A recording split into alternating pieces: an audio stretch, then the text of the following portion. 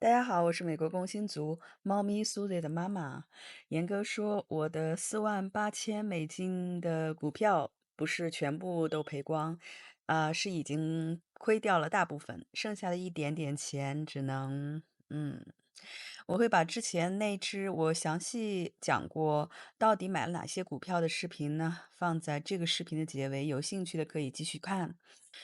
我的股票为什么会赔这么惨呢？我是在大约26美金一股的时候大量买入的 MISTY 这只 ETF。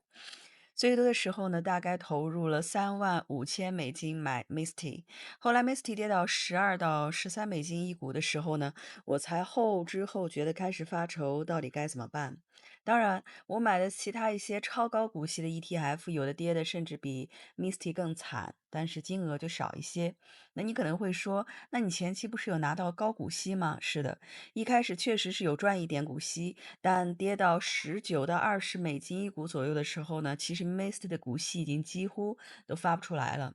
更惨的是，我在明年，就是2026年初，应该会收到一张 IRS 寄来的巨额的高股息的税单。我现在还不知道要怎么支付哪儿来的这笔钱付，因为我这笔投资整体是亏损的，希望到时候可以抵消掉一部分税吧，也只能边走边看了。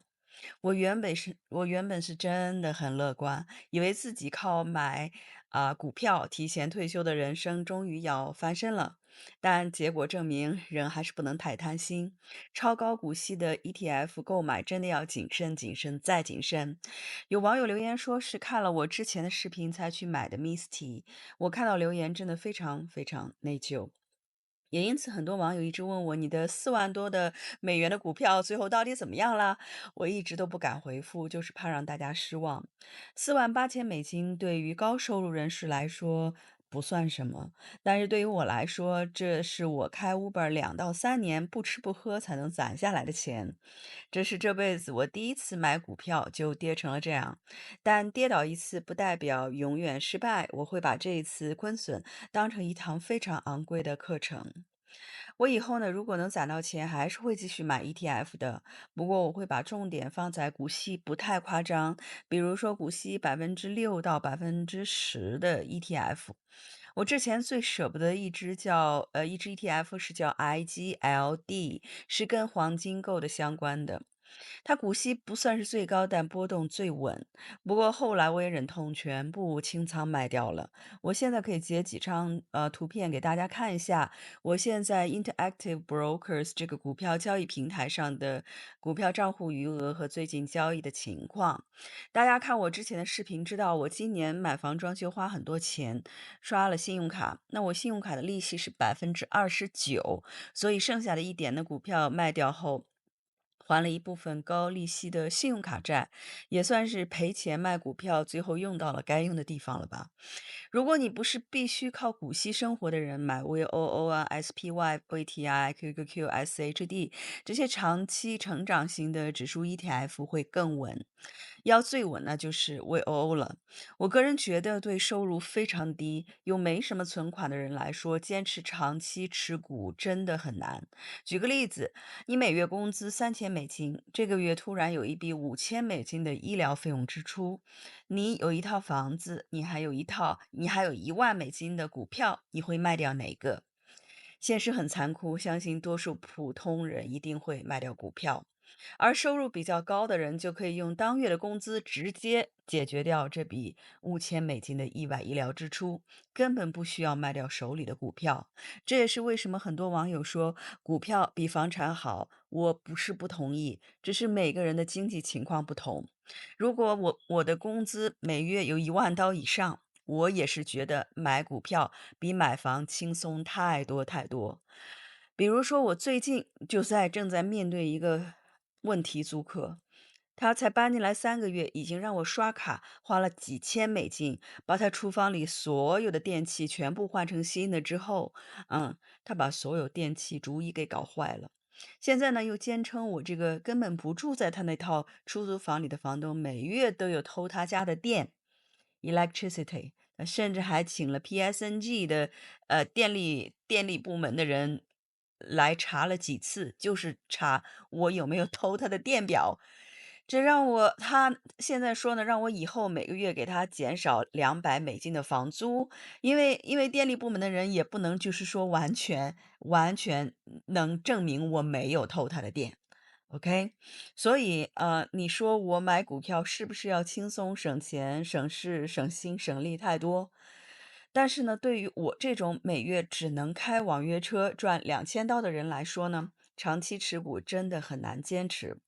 特别是又遇到股价下跌，或者自己的生活开销入不敷出的时候。如果你有份 W2 工作，你的公司又可以帮你 match 匹配你的401k，那真的很好。在401k里面强迫自己持续的买股票，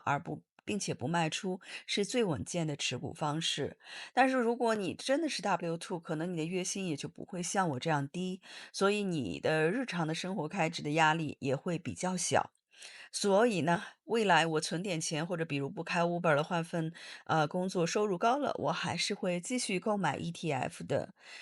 主要是美股，主要买偏成长型的美股。股息有那当然最好，没有也没关系。我还是希望能够靠股票让自己提早几年退休的。但是很抱歉，我下面这个结论可能又会让不少股神网友们失望，开始大敲键盘。对地信族来说，在美国，我觉得能坚持下去、长期坚持下去的理财方式，可能仍然是低价买入和长期持有房产，特别是投资房。投资房呢，你要选择安全、治安好的地区，这样呢，也就会肯定就会再加上你要对租客，比如说要求750分信用分数，这样呢，买在好的地区就会减少遇到租霸的可能性。我之前做过一个视频，说我是如何遇到了一个让我损失了$20000的租霸，大家可以回去看我的那个视频。当然那是3年以前的事情了。嗯，所以说对低薪族来说，我觉得能在美国坚持下去的理财方式是低价买入和长期持有房产。至少对于我来说是这样的。我知道现在美国房价动不动呢就是几十万，甚至上百万美金一套，跟我10年以前呢，在纽约曼哈顿附近的北新泽西，用大概5万美金首付买到房的难度已经完全不同了。但是说真的，那个时候我身边纽约法拉盛曼哈顿的华人朋友也没少调侃我。那个时候有纽约的朋友问我：“你怎么傻乎乎的跑去新泽西那个大农村去买房呢？你钱没处花了吗？租房住多便宜？”那个时候我也很没有底气，所以买房后有很长一段时间，我都不太敢跟我其他纽约市的朋友讲起。所以呢，无论是10年前还是今天，每个时代都肯定会有人告诉你现在买房不合适。至于网上现在出现的美国房价要崩盘的声音，我自己其实已经听了10多年了。从我来美国留学，我就已经开始听到这个说法。至于涨还是跌呢，其实真的没有谁能说的100%准。但是有一件事，我可以根据自己的亲身经历和周围的环境，非常诚实的分享给大家。美国，尤其是华人聚居的美国城市，租金这十几年几乎都是一路疯狂上涨的趋势，并且没有要停下来的迹象。不是每个人都需要卖房，也不是每个人都适合，不是每个人都需要买房，也不是每个人都适合买房。但是租金的上涨速度，有的时候真的会让我们这种美国的低收入工薪族觉得生活压力越来越大。我们每个人的人生轨迹不同，我讲的只是我个人的经历，不是建议，更不是任何人的答案。你不需要认同我，但是希望你能在留言的时候尊重一个在美国努力生存的小人物的选择。也谢谢你愿意听我把这段惨痛的美股经历讲完。听说最近美国股市行情这2个月是真的很不错，可惜我开 Uber 收入确实太低，根本攒不到钱，不然我一定会买入 VOO 的。也希望各位股神网友们未来可以持续发大财。如果你想继续听我分享美国工薪族真实生活、打工、买房、买股票、还贷款，欢迎点个赞，订阅一下，我们下次见喽。